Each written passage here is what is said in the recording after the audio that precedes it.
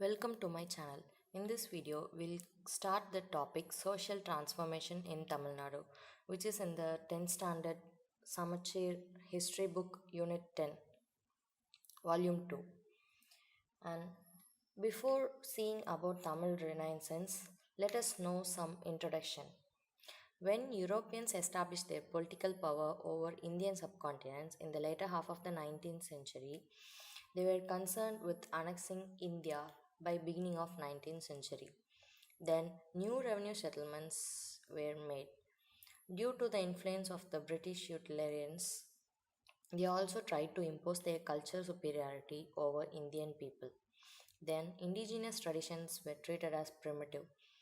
Due to this issue caused a reaction among the Indians, and during the 19th century, the educated Indians from different part of the country began to feel the humiliations and responded by seeking their socio-cultural identity from their past. Then many social reforms were started from many part of the country. Then Renaissance is an ideological and cultural phenomenon which is closely tied with modernity, rationalism, and progressive movements of the society. Now, let us see about Tamil Renaissance.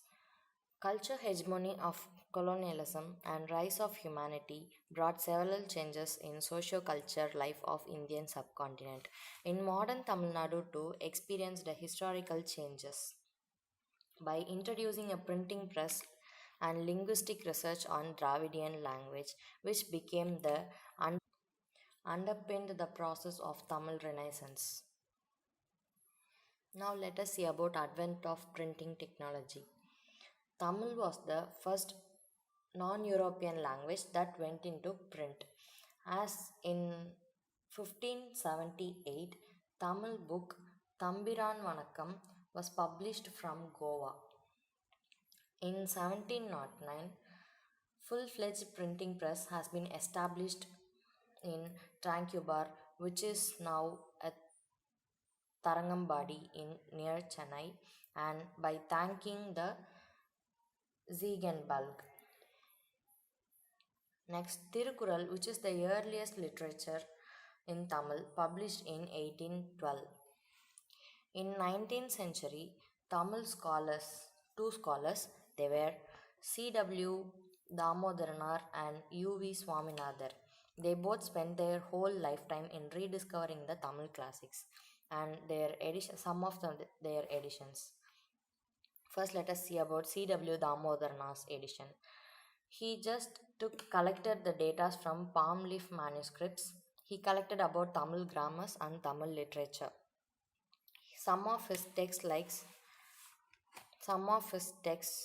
like Kappiyam, Veeracholiyam, Kalitogai, Kulamani, Ilakana Vilakam, Irayanar, Akaporul.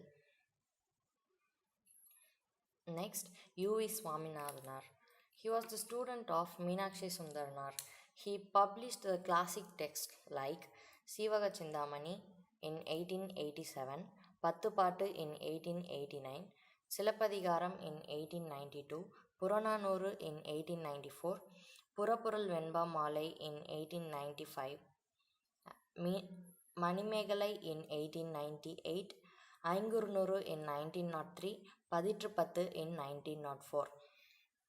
Just remember the first year and make a difference of each years and make them useful.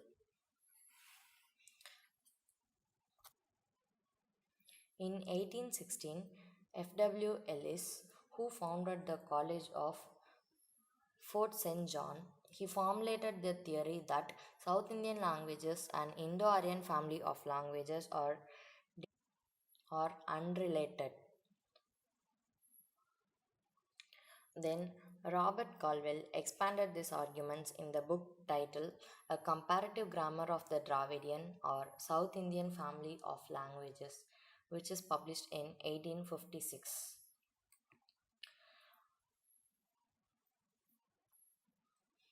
He established the close affinity between the Dravidian language, which was contrast with Sanskrit.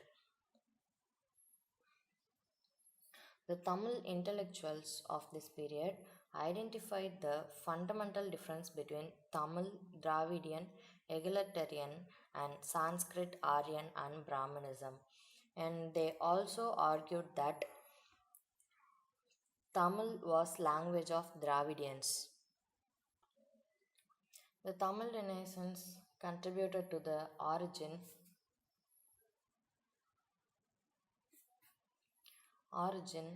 and growth of Dravidians consciousness in Tamil country. These ideas were exemplified in Tamil invocation song in the play. The name of the play is Manonmaniyam and which was written by P. Sundaranar. This development reflected as arts, literatures, etc. And the persons who developed are like Abraham Pandidar, C.W. Damodaran, U.V. Swaminathan, Thiruvi that is Thiruvi Kalyana Sundaram, Paridimar Kalaignar, Maraimale Adigal, Subramanya Bharatiyar, S. Vayapuri, Bharatidasan.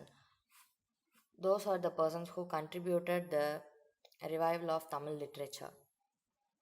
We'll be discussing about Paridimar Kalaignar and Maraimale Adigal now.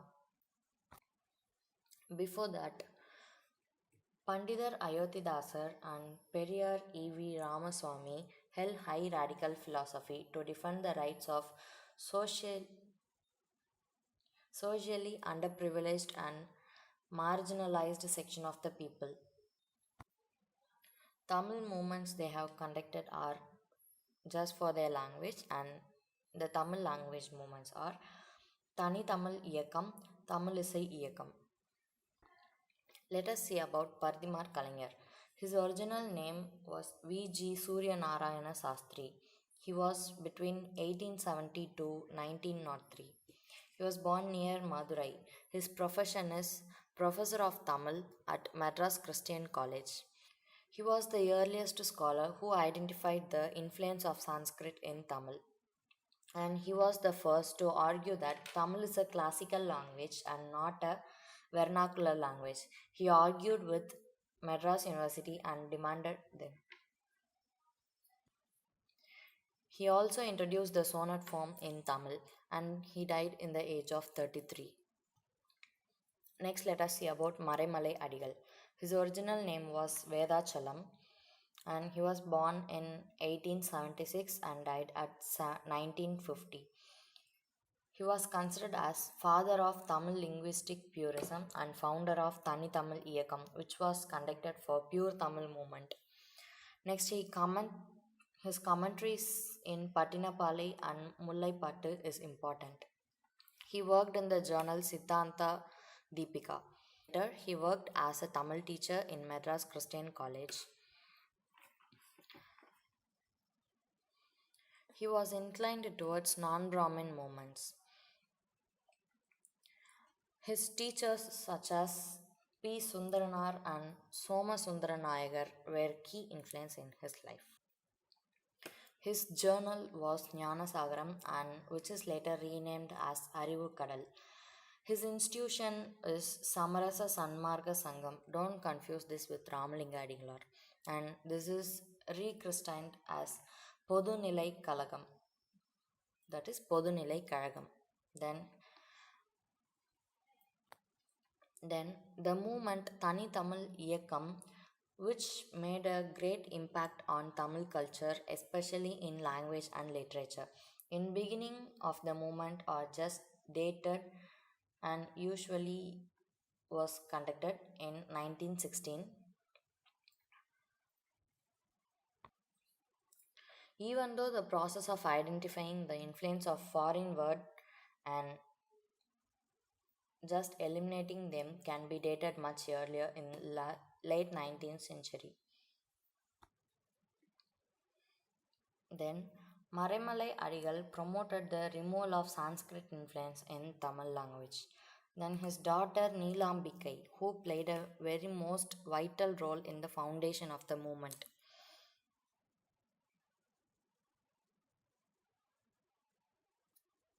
Then His daughter Neelambikai compiled a dictionary that provided pure Tamil equivalents to Sanskrit words. This paved the way for later social movements that countered Brahminical and the Sanskrit traditions in the Tamil society. Rise of the Dravidian movement will be continued in the next video. Kindly subscribe our channel for more videos. Thank you.